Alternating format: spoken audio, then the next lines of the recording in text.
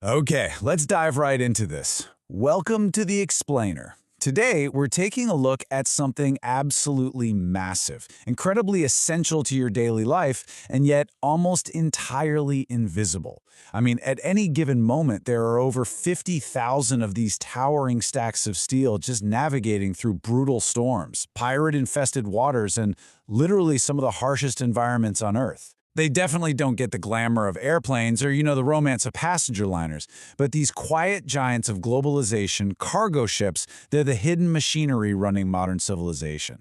If they just stopped, our modern world would start shutting down in a matter of days. I want you to take a quick second, literally right now, and just look around the room you're sitting in. Look at your phone, maybe your laptop, the charger plugged into the wall, the shoes on your feet. How did they actually get to you? You're probably picturing the delivery truck that dropped them off, or the store where you bought them, but there is a massive chance that almost everything you're looking at, right down to the tiny screws holding your desk together, spent a big part of its life out at sea. Because here is the staggering reality. 80%, more than 80% of world trade by volume, moves by sea. Just to put that into perspective, for every 10 things you touch today, 8 of them rode the ocean waves to get to you. If aviation is all about speed, maritime shipping is about pure, unbelievable scale. It's the hidden pulse of the world, quietly feeding the global economy day in and day out. Section 1. The Invisible Global Backbone. So, why is a system this incredibly huge so completely invisible to us? Well, partly it's because it happens far away, out on the open ocean or tucked behind high-security fences at industrial ports. But really, it's because the whole thing is engineered to be perfectly quiet and breathtakingly efficient. When shipping works, nobody notices. Let's look at how this builds across a standard supply chain. A product leaves a factory in Asia.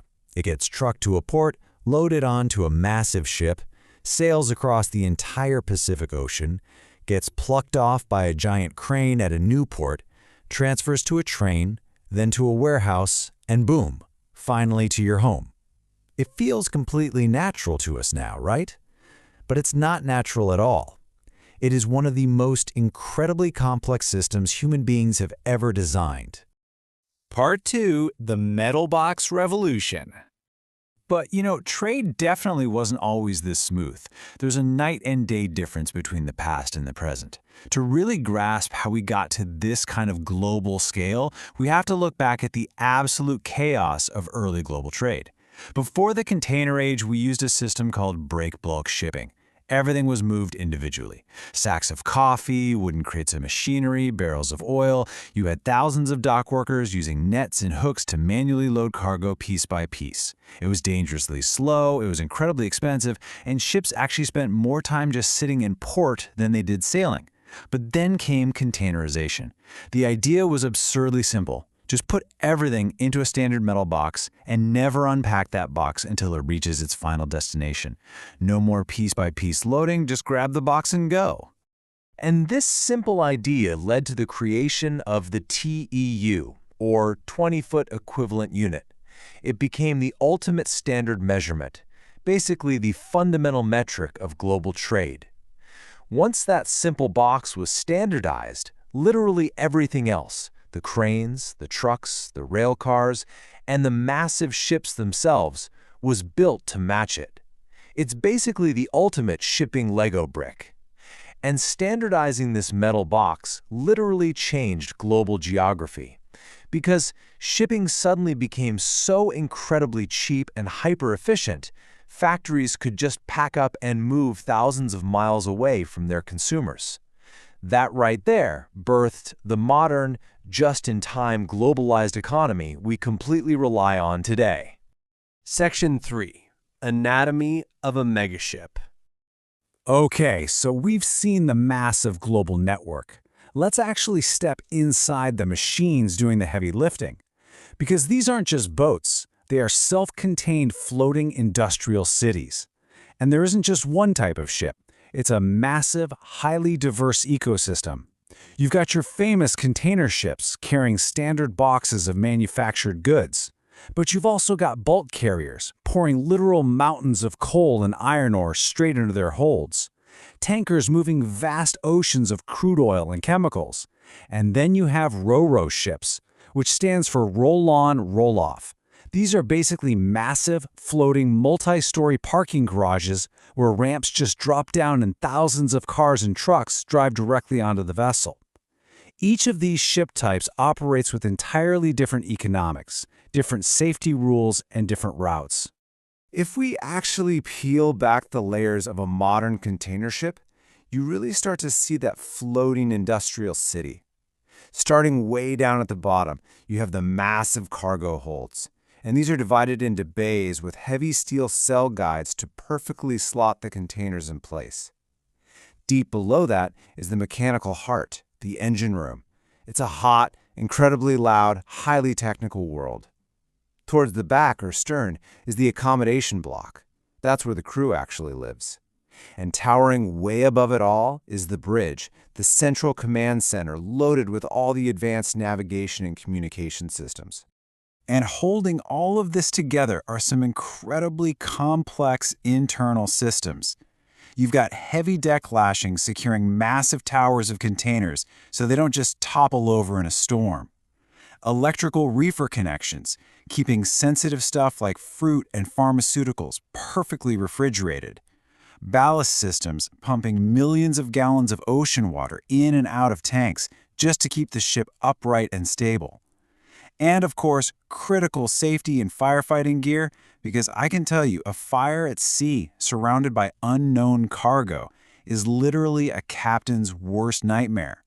This giant machine has to survive corrosive salt water, violent weather, and just relentless commercial pressure, day in and day out. Part 4. The humans running everything. Which brings us to the most vital, and honestly the most vulnerable, part of this entire system. Let's zoom way down from the macro level of global economics to the micro level, the human element. Just think about this for a second. How many people do you think it takes to operate a giant megaship carrying literally billions of dollars worth of cargo across a violent ocean? The number's actually shocking, 20 to 30 people. Total, sometimes even fewer than that. A tiny, completely isolated crew is solely responsible for this massive floating industrial plant. This incredibly small workforce is divided up into strict departments. The deck department, led by the captain, handles navigation and the actual cargo. The engine department, run by the chief engineer, keeps that massive mechanical heart of the ship beating. And the catering department keeps everybody fed. Seriously, think about cooking 3 hot meals a day for a floating village while the kitchen is tilting at 20-degree angles in the middle of a storm. When you're trapped on a ship for months at a time, good food is absolutely critical for crew morale. These seafarers come from all over the world.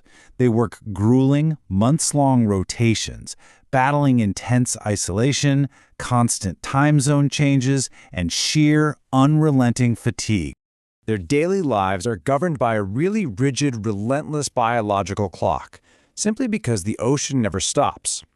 At exactly midnight, the midnight watch on the bridge begins. At 4 a.m., the watch changes.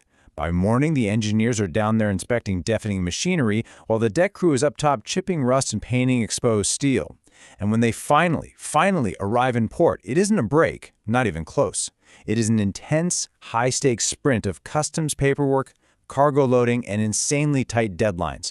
Because every single hour that ship sits at the berth is costing somebody a lot of money. But out on the open water, the whole atmosphere shifts completely. Just picture the bridge at night. The lights are totally dimmed out to preserve night vision.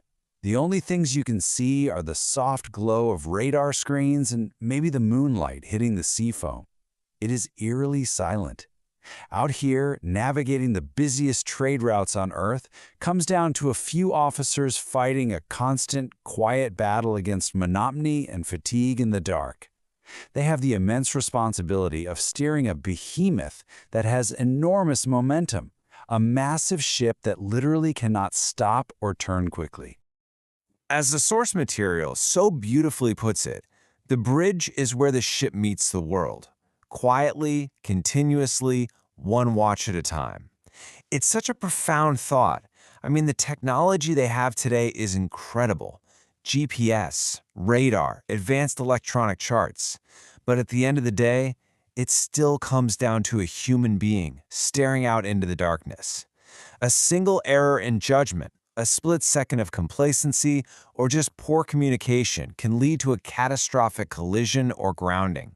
The stakes are unimaginably high.